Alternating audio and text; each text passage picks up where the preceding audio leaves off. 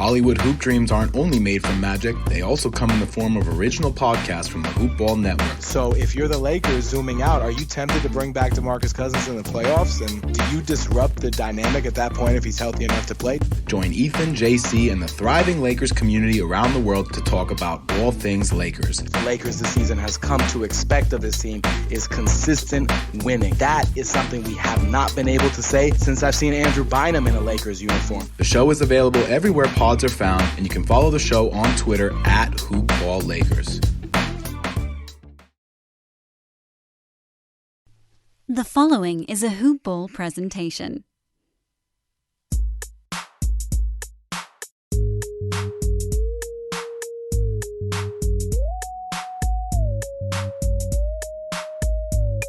What is up, Hoop Ball Nation? Brandon Marcus here. Glad to have you along for the ride as basketball is officially back. The Los Angeles Clippers winners over the Orlando Magic yesterday in their first exhibition game, and we are just days away from the opener between the Los Angeles Lakers and the Los Angeles Clippers. We're going to have Adam Ausland of 570 AM Sports coming on to chat about the Clippers win over the Magic, talk about Trez and Pat not being in the bubble at the moment as they're tending to family matters, talk about Noah and how he looked in the first game that he played as a Clipper, and frankly the first game he's played in a long time. He's had some pretty tough injury luck, to say the least. There's no doubt about that. So we'll talk to Adam about all things Clippers, expectations going forward, PG and Kawhi, everything you need to know leading up to that season opener. But before we get there, folks, I got to tell you about something, and it's something pretty important. Support for Hoop Ball is brought to you by Manscaped, the best in men's below-the-belt grooming. They obsess over their technology developments to provide you the best tools for your grooming experience. And I got to tell you guys, guess what? I got my Lawnmower 3.0. Yes, I did. It was sent in the mail, and I got it. And, of course, I used that discount. The code HoopBall20 at manscaped.com. I got 20% off. I got free shipping. It is something that you want to take advantage of, okay? Because I know I have made that mistake when I have tried using scissors, and I have made that mistake. You know what I'm talking about. It's not great, but the Manscaped engineering team spent 18 months perfecting the greatest hair trimmer ever created and just released that new and improved Lawnmower 3.0. It has a cutting-edge ceramic blade, and what does that do? It reduces the manscaping accidents thanks to Manscaped's advanced skin-safe technology. Folks, when I say this is premium, it is premium. And why? Because the battery will last up to 90 minutes, so you can take a longer shave. And hey, you want to bring it in the shower? You absolutely can. It has water-resistant technology, so you can make sure that, hey, you want to bring it in the shower, you don't want to get hair all over the place. I understand. Also, one of the coolest features, it has an LED light. What does that do? It illuminates the grooming areas for a closer, more precise trimming. Get 20% off and free shipping with the code HoopBall20 at manscaped.com. That's 20% off with free shipping at manscaped.com and use the code HoopBall20. All right, I am excited. Basketball is back. The Clippers, a winner over the Orlando Magic, 99-90. Let's go ahead and break it down with Adam Ausland. You hear his dulcet tones on AM 570. You can see him on Twitter at @FollowAdamA. He is the legend, Adam Ausland, back on the Hoop Ball Clippers podcast. Adam, what's up, my man? I didn't even know I was old enough to go legend status with it yet, but I'll take it, Brandon. What's up? How are you? I'm doing all right. You are absolutely a legend. You are involved with the Clippers. You have now been through two different broadcasters. So you have, I think your tenure has been with Brian Seaman now and now with Noah Eagle. So I'm going to give you the legend status. You know, sometimes legends are crowned after 1 year. I mean, LeBron James was crowned a legend, frankly, before he even made it to the NBA. So I'll give you the status. Just go ahead and take it.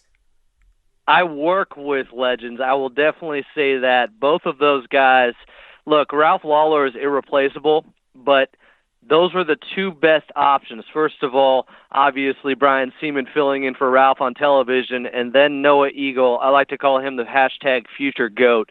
because, the best compliment I can give him is I never even think about his age. He's so professional, he's so polished, and he's so mature. And if you guys were listening yesterday to the broadcast, whether it was on the radio or on television with Fox Sports Prime Ticket, and I believe that game was aired on NBA TV, but that tells you it was a simulcast. And he was working it off of a monitor in the Fox studios, and it was just a flawless performance. I told him afterwards, you keep passing all these tests with flying colors. Imagine that. You're off for 4 months, and your next Clippers game is a simulcast. You're doing television for the first time with the Clippers on a play-by-play broadcast, and you're still taking care of your radio responsibilities. So I'm bringing it back in from break, and we're timing this whole thing out. And I got about 30 seconds to get reads in and then get a little quip in or a stat or a note on a player from a previous possession. And I throw it to Noah. And what he was doing was he was taking it and making it vague enough because he's not going to say thanks, Adam, to the television audience that's not even seeing me and doesn't even know I'm there. But he's making it generic enough. If I'm saying something about sweet Lou Williams, he'll just come in and start saying, Lou Williams, what was he yesterday? He had 22 points in 16 minutes. But it was an unbelievable job by Noah Eagle. I'm blessed. I'm lucky to be working with legends and future legends, and Noah Eagle is certainly one of them. Yeah, I don't think people understand, and some people do. They know what's going on right now because Noah is not in Orlando. He is not in the bubble. The hope is that he can get out there for the playoffs possibly, whether it be the first round, the second round, and so on. We don't know exactly when they're going to let broadcasters in there. Obviously, ESPN, TNT, NBA TV, they have people there. But you're right. He was on that simulcast yesterday with NBA TV, and there were a lot of clips being posted where people were hearing and seeing Noah for the first time because he's on the radio here in LA, but you don't get a chance to actually hear his call unless you have an app or you have something where you can go and listen to a broadcast from a different station, where now he's on NBA TV and you could hear his entire radio call. And there's big shoes to fill with two things, with Brian and with his father. Ian is an incredible broadcaster, and he has filled those shoes admirably. And to broadcast a game off a monitor is hard enough because you don't get to see the players up close and personal like you do at an arena. It's a lot easier to distinguish players when you are there, but he's doing it off a monitor, and to call it like he did with the radio, sensational, like you said. So I'm glad we gave the props there, but I also want to talk to you about what went into everything behind the scenes. How difficult is it to set everything up where you can get that transmission or whatever it requires, where he's in downtown LA in the Fox studios and you're in the station? Well, I'm not that technologically savvy. Luckily, we had real audio engineers having to hook this up. But I'm in Burbank. He's at the Fox lot. We're potting him up on a big sound mixer on this side, and everything has to be timed out perfectly because obviously we're serving two masters with a simulcast where he's on television and doing the radio call at the same time. So it had to be down to the fraction of a second to make sure when they came back from Fox Sports Prime Ticket was the exact time that we got into it, got our reads in, and then I threw to him. So it was an undertaking. But I think for the most part, the average listener would have no idea, and that's what we're going for, basically. That's when you know it's a good broadcast, when they don't know how difficult it is behind the scenes to pull it off. Exactly. And listen, Noah could be very flustered, and he could mess something up, but he is as calm as a cucumber, and my goodness, he is young, but he is handling this perfectly. And I think you guys have one more of these, right, before Brian and Chauncey and Christina take over on the TV side? Yeah, I believe Saturday, Noah's back on the simulcast. We have pregame at 4 on AM 570. Actually, no. Programming note will be on AM 1150, the Patriot, because, of course, the Dodgers season is starting up later tonight on AM 570. They have a weekend series with the Giants. So on the radio side, yes, we'll be on AM 1150, starting at 4 with Clippers pregame. But then Prime Ticket starts at 5 o'clock. I'm not sure if that game against the Washington Wizards is also on NBA TV or not. Another scrimmage, 2 more of these to go before Lakers and Clippers ramps back up and the NBA season gets going. There's not a whole lot usually you can take from a scrimmage. Lots of people like to overreact to these kind of things. I remember when we were watching Terrence Mann light everybody up, everyone's saying, oh, this guy needs to be in the rotation. He's a good ball player, but let's all calm down. There are good and bad things that happen during these exhibition and scrimmages, and we got to let things happen. I mean, you look at Kawhi Leonard yesterday and 9 points in 19 minutes. Kawhi's going to be fine. It's about getting out there and getting the rust off and being able to play some basketball. But what was your biggest take from yesterday? Was it Lou Williams and his 22 points in 16 minutes? Was it Noah and his 15 minutes as a starter for the Clippers? What stood out to you the most? I thought we were still talking about Noah Eagle. I think it was Joakim Noah, just because we're talking about someone who hasn't played a game on the professional level in almost a year and a half. I believe his last game was with the Memphis Grizzlies on March 22nd of 2019. He has that freak injury where he doesn't tear his Achilles, he cuts it by moving one of those big metal ice tubs back in September when he was about to have a formal tryout with the Los Angeles Clippers, and he puts in all this work to make sure he still has an opportunity to join this team. Speaking of blessed, he's been saying that a lot recently. He's talked about how the Clippers gave him hope. I mean, and that's an amazing thing because he could retire. He's 34, 35 years of age. This could be it. But you can see he still has that fire in his belly because this was someone who won championships, obviously, in Florida, and he was close a few times in a few different runs with the Chicago Bulls. And things obviously never work out with the New York Knicks. And last season, Memphis wasn't an elite, talented team. They were having a sell-off. So this is his last shot to win it all. And to see the way he was moving out there, and you can tell with all the workouts he's been doing and getting an extra 4 months to get healthy, it's paid off because I said it on the broadcast, Joakim Noah looks like Joakim Noah.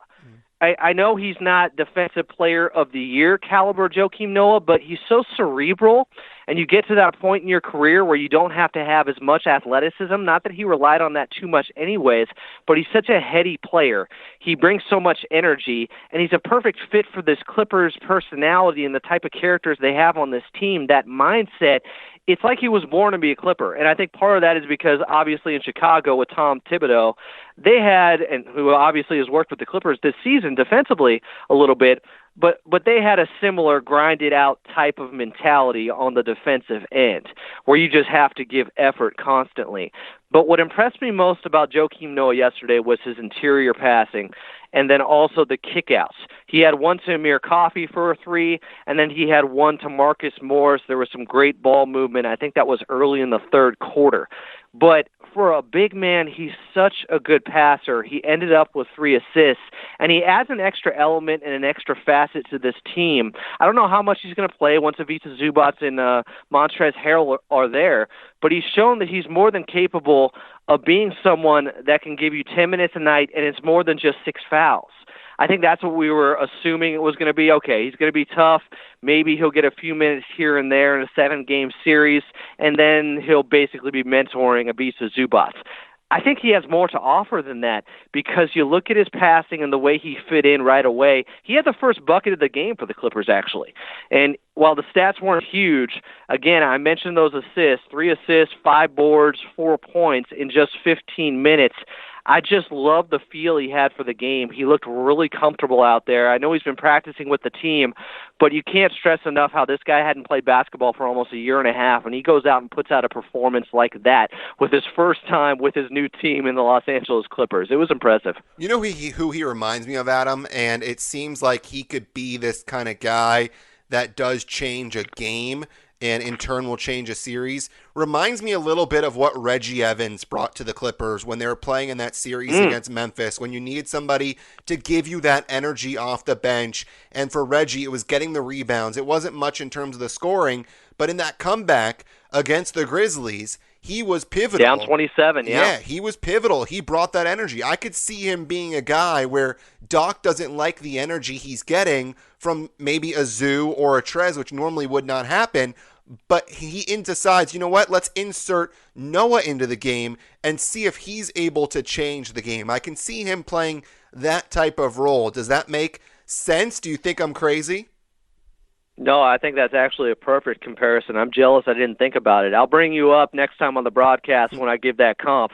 That's a beautiful mind type theory there, Brandon. I love that because Reggie Evans was similar. He was, I believe, near the end of his career. He's been playing in the big three, I think, the last couple of years now. Yeah. But, yes, hustle plays, doing the little things.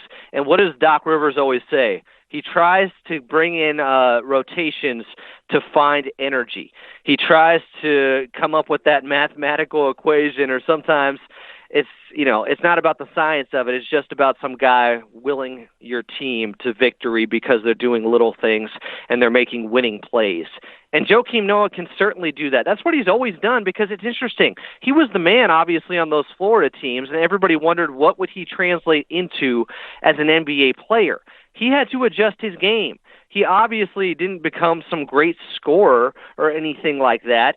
He became one of the best modern Dennis Rodman type of players where you just do everything else that helps your team win. And you don't care about what stats you get that night. You find other ways to impact the game. So he fits the mold of what a Clipper is with his competitiveness.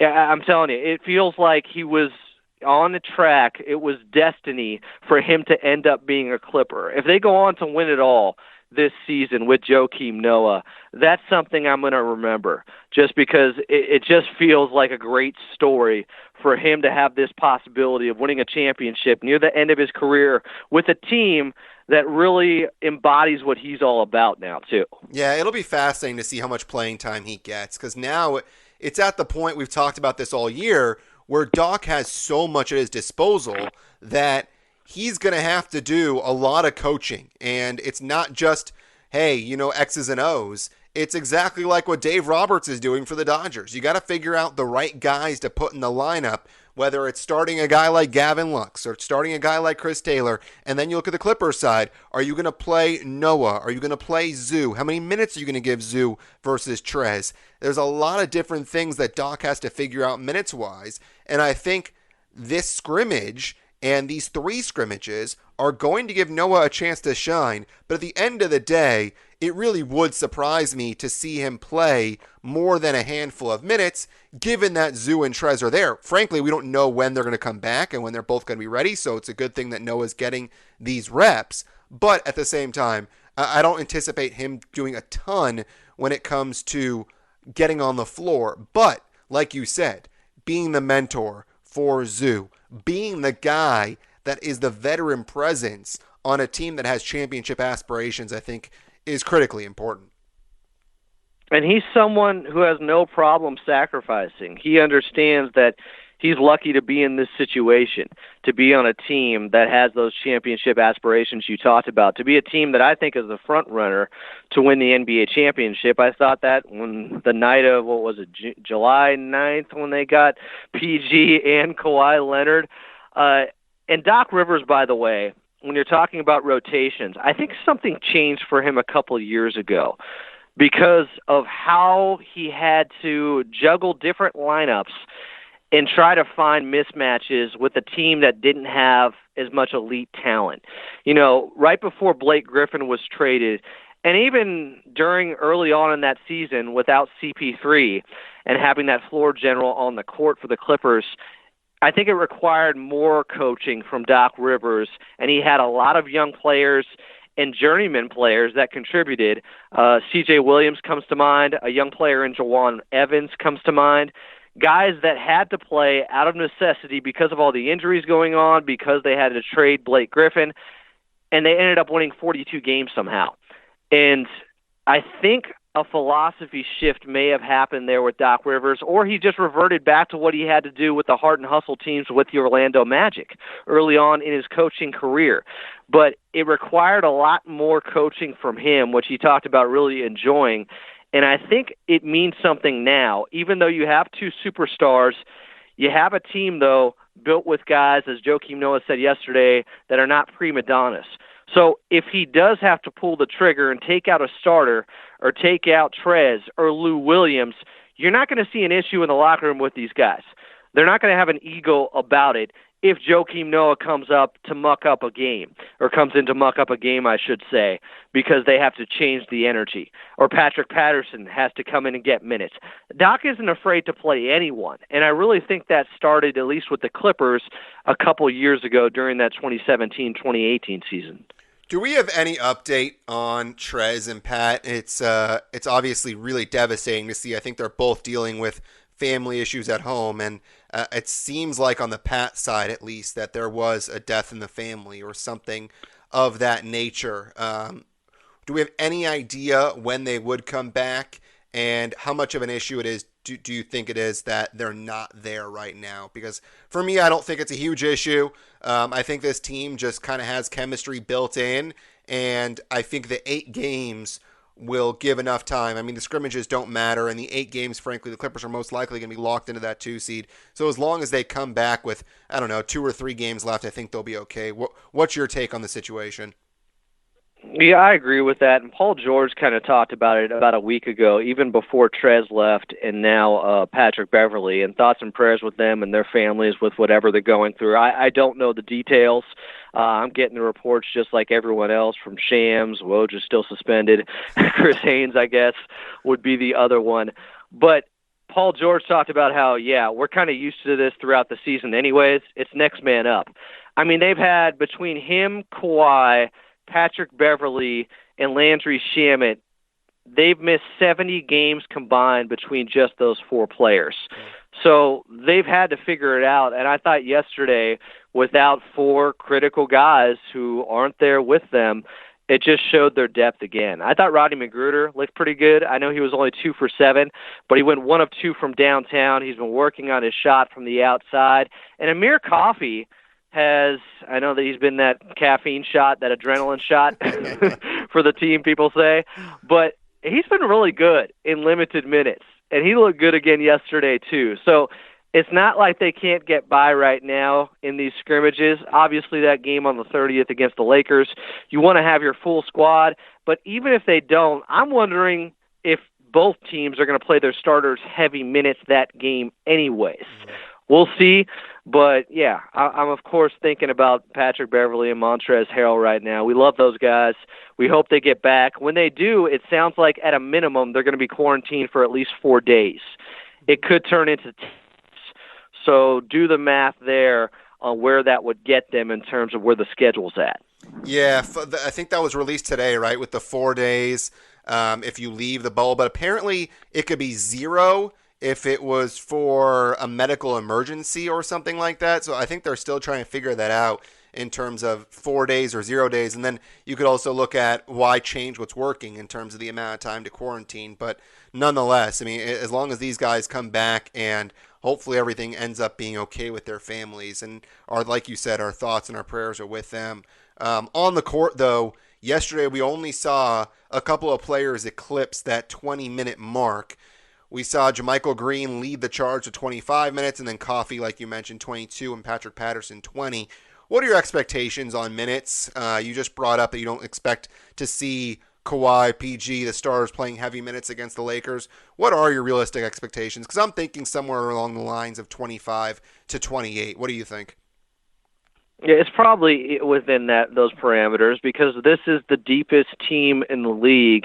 Now, they do need to hold on to that number 2 seed. I think that's important, and they're only a game and a half up on the Denver Nuggets. So when they get into those seeding games, those 8 last regular season games that don't count when it comes to awards and voting there, they're going to need to stay ahead, I think, of the Denver Nuggets because you don't want to end up possibly playing the team that I think is the most dangerous team that could easily win a first-round series, the OKC Thunder. Mm-hmm. I've been talking about them all season long, but I think they're going to be a real problem, and they're playing with house money. It would almost be the reverse of what the Clippers went through last season, where they were the 8th seed taking on the 1 seed and one of the greatest teams of all time in the Golden State Warriors, and they could play loose. Well, OKC would have that plus extra incentive to win because obviously they have a lot of former Clippers on that team, and they have that devastating 3-guard lineup with SGA, with Chris Paul, with Dennis Schroeder, who might be your 6th man of the year. And they've been the most clutch team all season long, last 5 minutes of a game within 5 points. Chris Paul has led the league in clutch scoring. I would not want to see them in the first round. I'm not saying they would beat the Clippers, but I think they would extend out and drag out a series, and that adds up throughout the arduous journey of going through the NBA playoffs. So if it's critical enough to have to win a game to stay ahead of the Denver Nuggets and to make sure you're possibly playing, let's say, the Dallas Mavericks in the first round, which I think is a great matchup for the Los Angeles Clippers, you might see heavier minutes that way. But outside of that, at least early on in the schedule, which is pretty favorable for the Clippers, those 8 games, I think Doc Rivers is going to be careful with playing his starters heavy minutes, also because you just don't know in a situation like this how guys are going to look. I mean, Kawhi Leonard yesterday, he looked really rusty. And sometimes when you're not in that NBA game shape, that makes you more prone to injury, and you can't risk that right now as well. Yeah, and at the same time, you got to be at a point where you get to the playoffs and these guys are not going from 0 to 60. So you got to find that happy medium, and that's why you pay all this money for strength and conditioning and for all this medical science behind the scenes to figure out what's the amount of time you need to ramp these guys up to get them into that playoff conditioning. Because regular season games and playoff games and the bodies are very different in terms of the way you put stress on your bodies. And for the playoffs, you might see a guy play 35 to 40 minutes at times, and you can't just go from the 19 minutes that they're playing now to that 40 minutes once the playoffs start. So you got to find that happy medium to slowly increase, because like you said, the last thing you want to see is an injury, and you will do that if you go from 0 to 60, from 19 minutes to 40 minutes. So you got to be really careful.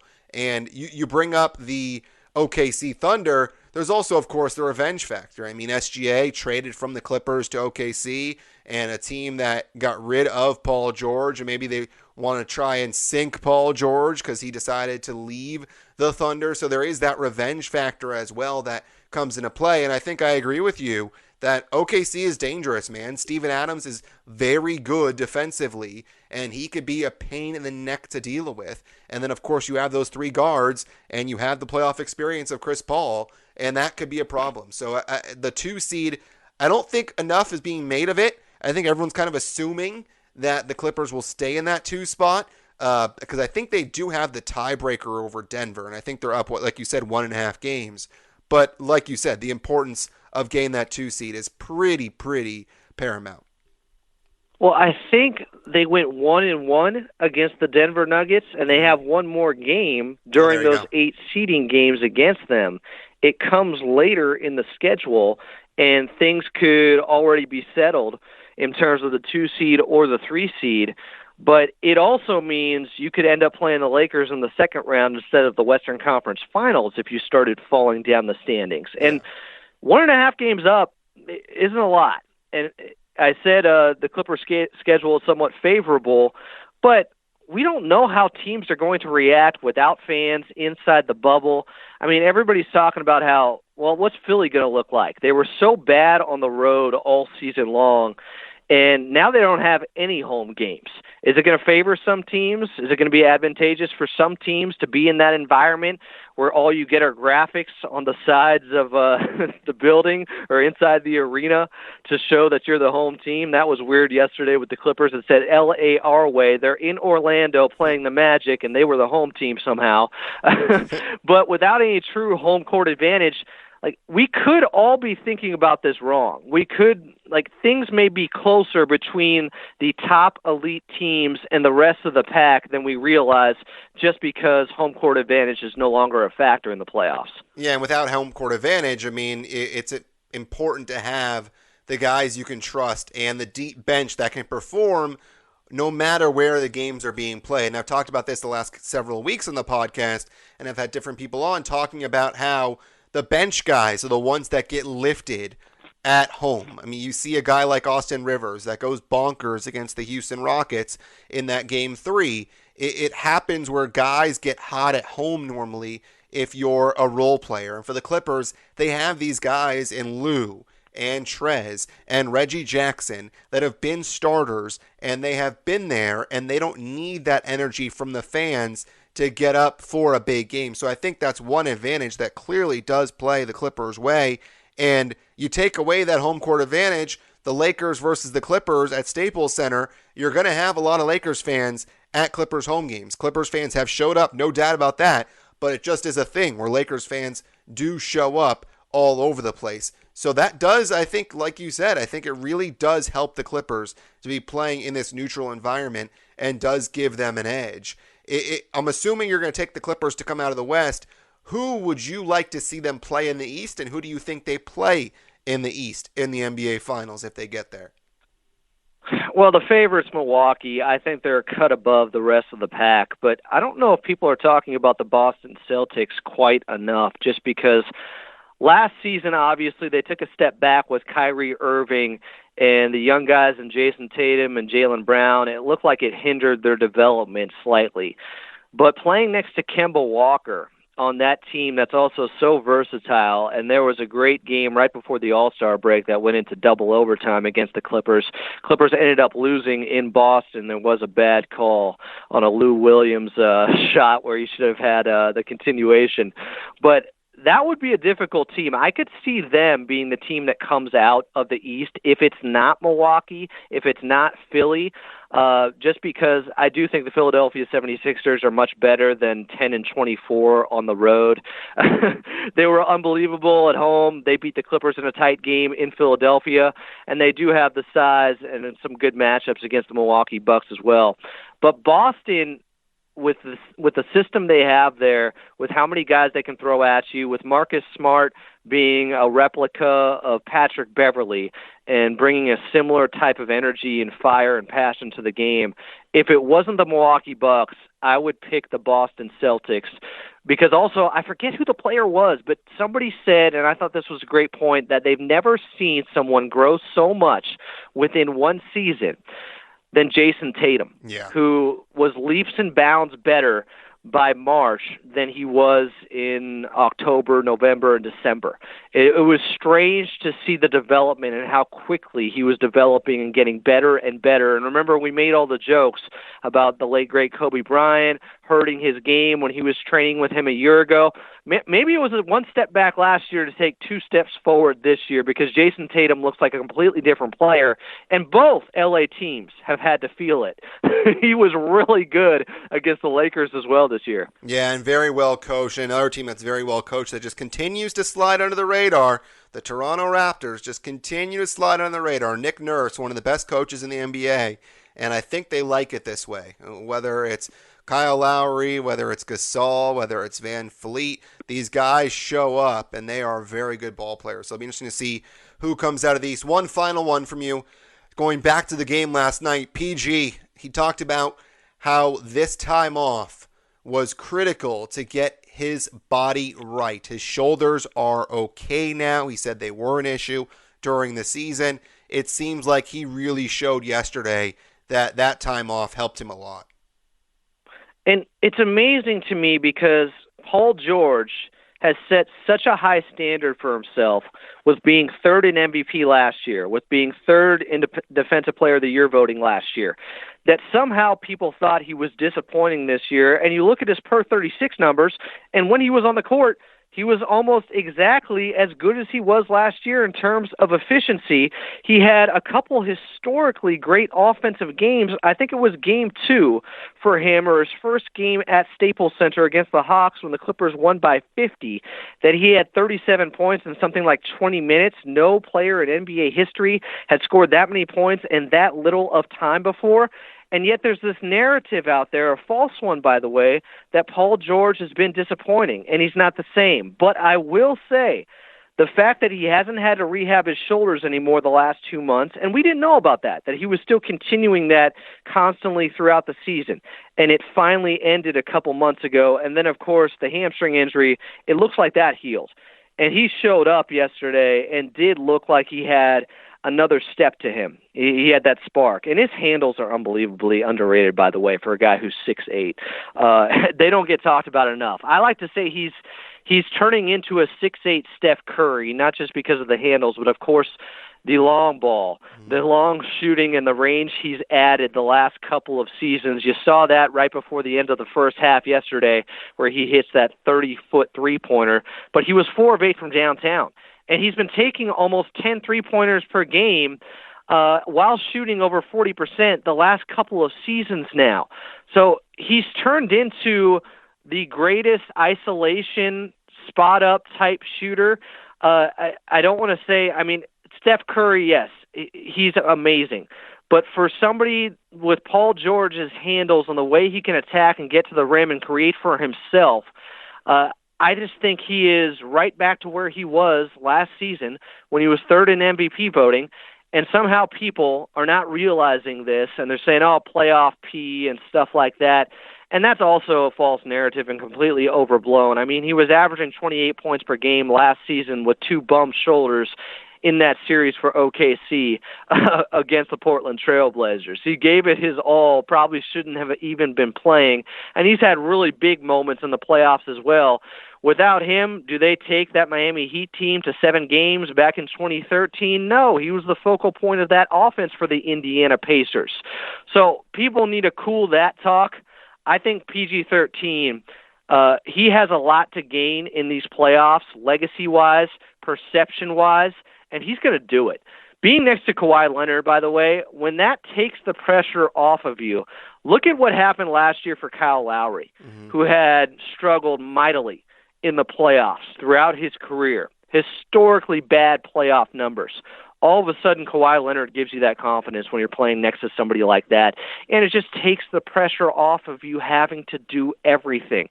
Paul George, I really think, is going to have his coming out party this year in the playoffs, and people are going to start talking about him. Where does he rank all time now?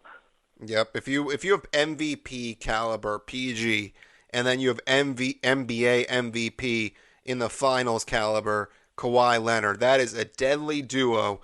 And man, it's LeBron AD versus Kawhi and PG-13. And as Noah likes to call him, rated R, as we bring the podcast all the way back around the way we started. Oh boy, Adam, it is always a pleasure to have you on. You're always dropping knowledge. You can see him on Twitter at FollowAdamA is where you can read and see what he's got to say. And then also you can hear him, of course, AM 570. What else we got to plug? I know you got yourself a podcast as well, right? FNApodcast.com, at FNA Show on Twitter as well. Myself and Kevin Figures here at AM 570 LA Sports. We are the Suns Talk, and I'm talking about the Petros and Money Show, 2 of my broadcasting heroes. They're the reason I got into radio to begin with. So we try to follow in their footsteps here at AM 570 with the FNA podcast. Adam, always a pleasure. We'll talk to you soon. Thanks for coming on the Hoop Ball Clippers podcast. Brandon, always good to be on with you. Take care, my friend. That was Adam Ausland. Boy, he is dropping knowledge left and right whenever he comes on this podcast. He is a tremendous guest to have on.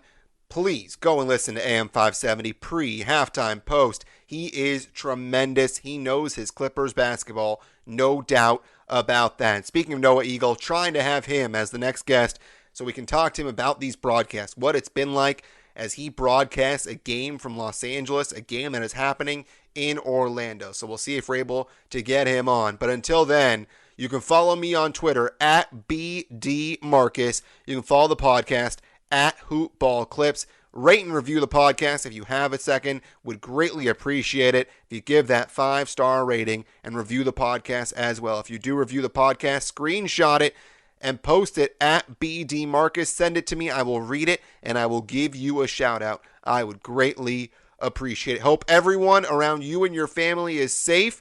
Basketball is back. We are getting very close to Clippers Lakers on opening night. Until then, go Clips.